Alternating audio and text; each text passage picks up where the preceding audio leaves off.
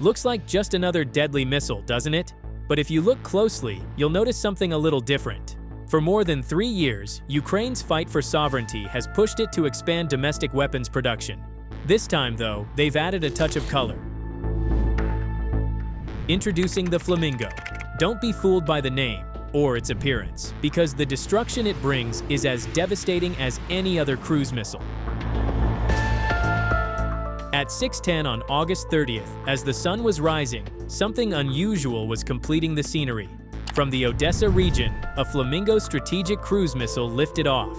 It flew 320 kilometers across the Black Sea to strike its target in Crimea, an FSS outpost and patrol boat facility near the town of Armyansk. Satellite images later confirmed the aftermath of the strike, showing 2 distinct areas of damage, one directly on a building and another nearby. A massive crater was also visible on the coast, reportedly created by the detonation of its powerful warhead. That morning, 3 cruise missiles were launched. In one dramatic dawn video, a missile could be seen shedding a detachable launch assist motor shortly after takeoff, a design feature consistent with Ukraine's Flamingo. The attack reportedly killed 1 Kremlin agent and destroyed or damaged 6 hovercraft stationed at the site.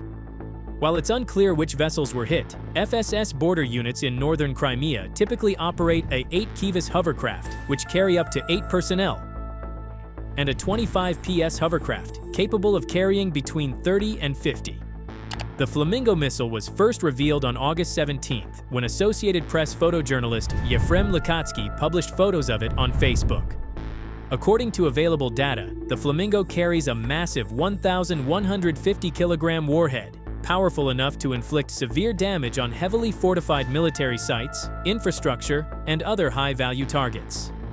This payload gives the missile a wide lethal radius and the ability to penetrate hardened structures, including command centers, weapons depots, oil refineries, and energy facilities.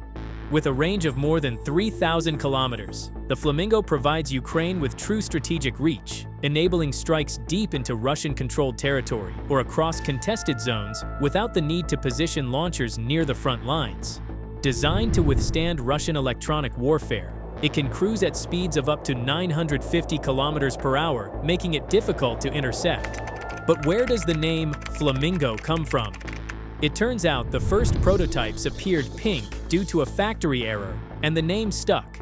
Beyond its unusual name and color, the Flamingo stands out for its design. Its large fuselage, straight fixed wing, and engine mounted above the body give it a look reminiscent of the World War II V-1 flying bomb, or Ukraine's own Tu-141 reconnaissance drone. The fuselage is constructed mainly from radar-transparent composites like fiberglass, while the engine nacelle is metal to endure high temperatures. It runs on a turbofan engine, the AI-25TL, the same used in Aero L-39 jet trainers. Measuring about 6 meters in wingspan and weighing around 6,000 kilograms at launch, it's a formidable addition to Ukraine's arsenal. Production is still in its early stages, currently 1 missile per day, but by October, output is expected to rise to 7 per day, according to the head of production. Each missile costs less than €1 million, making it relatively inexpensive for the punch it delivers. The August 30th strike proved the Flamingo's capability. Initial reports suggested Neptune cruise missiles had been used, but later confirmation revealed it was the Flamingo that carried out the attack. Ukraine's new missile isn't just about firepower, it's about sending a message. Even under relentless pressure, Ukraine is innovating, producing, and striking deep behind enemy lines. So, what do you think? Will the Flamingo become one of Ukraine's defining weapons in this war? Let us know in the comments, and don't forget to like, share, and subscribe for more in-depth stories on the future of modern warfare.